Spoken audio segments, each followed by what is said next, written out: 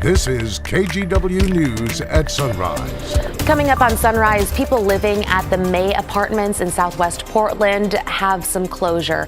Yesterday, a grand jury indicted the man accused of setting the building on fire.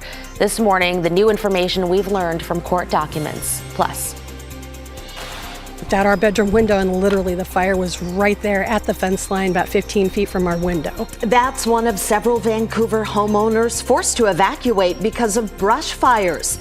Those fires are now out and residents have returned to their homes. We have details on their escape and a warning from firefighters. And we are live this morning with the moon. Look at the moon. Look at me and look at the moon. We're like one. Good morning, moon. We're going to spend a whole morning talking about the moon today, guys. It's a lunar morning here on Sunrise. That's not at all true. We're going to talk about French Prairie Gardens. That is where we stand. The beautiful farm out here in St. Paul, where every year at this time they put on an event called Berries, Brews, and Barbecues. But this morning, I'd like to change it. I'd like to add a little something to it. Berries, brews, barbecues, and the moon. We'll have more, gang, coming up in just a few minutes.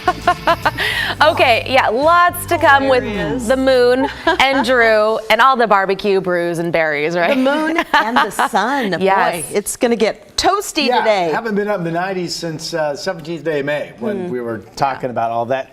Here we go out there this morning. Beautiful clear skies.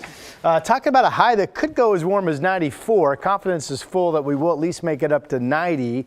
Again, there are the clear skies. We're at 58 degrees. Here comes your day planner. Sun up at 5:22.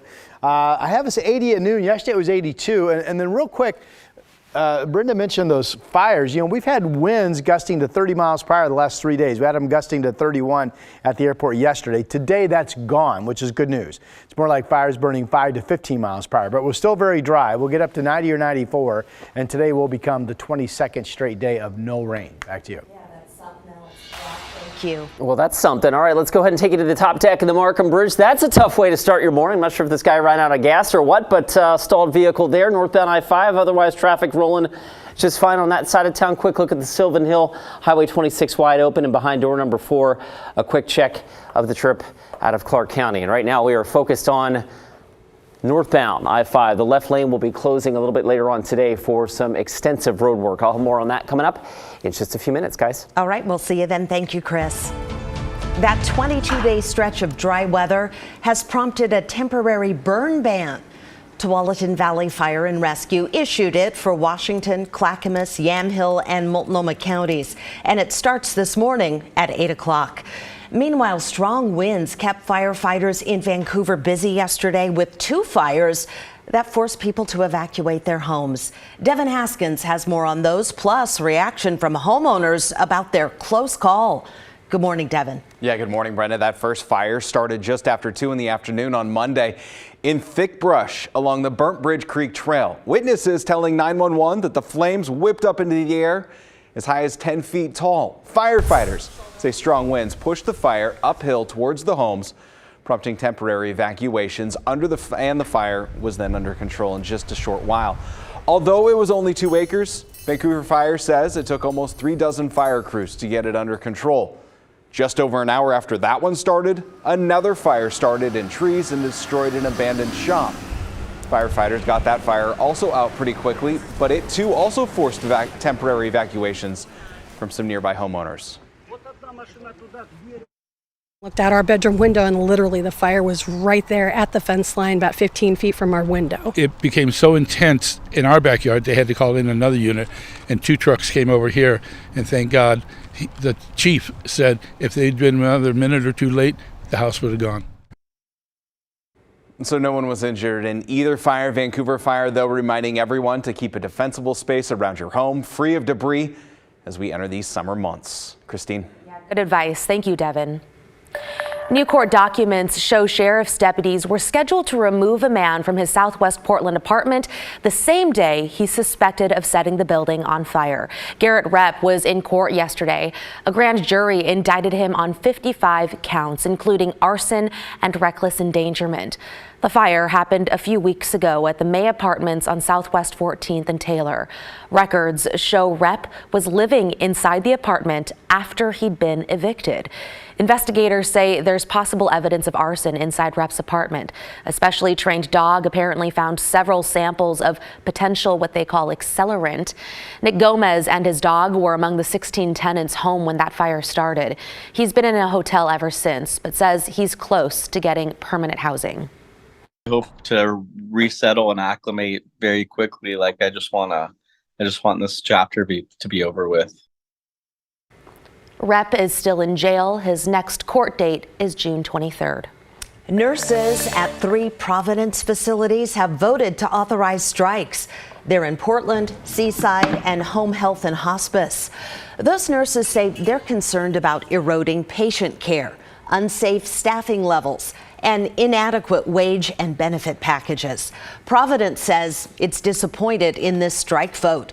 The union says negotiations are ongoing and it'll give Providence a 10-day heads up if and when it calls a strike. The Oregon Department of Fish and Wildlife is telling people to be careful after someone spotted a cougar in Mount Hood Village. Officials say there were 2 encounters. The first happened last Wednesday when 2 mountain bikers said a cougar chased them along the hide-and-seek trail.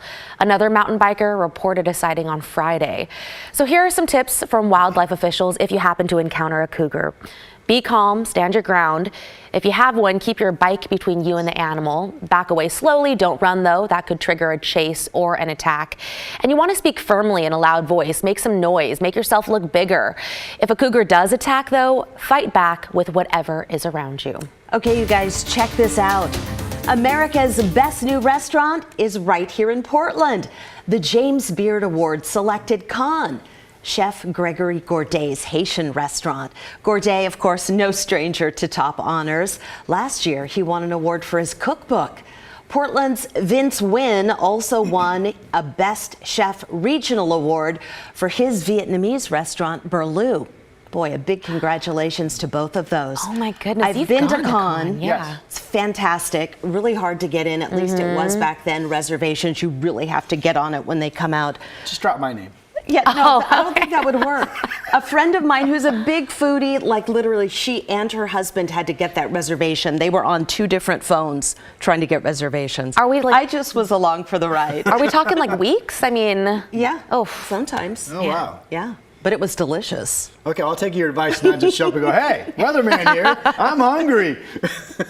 All right, back to 90-degree heat today. Here's a look at what we've done so far this year. Of course, May set numerous records for 90-degree temperatures. We had 4 in a row on the 12th, 13th, 14th, 15th. We added a 5th day, May 17th, something we had never seen in the month of May, 5 90-degree days. Today will become the 6th 90-degree day of the year. Full confidence we'll at least make it to 90. We could go as warm as 94. And again, what's interesting to me is if you go back to the climate set of 1971 to 2000.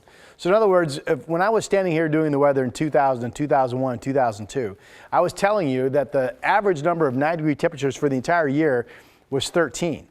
And going by that old data set, we would be almost halfway home. But now we know the new data set is somewhere between 16 and as high as 20 for the average number of 90-degree days for the season. We'll see what we end up with this year.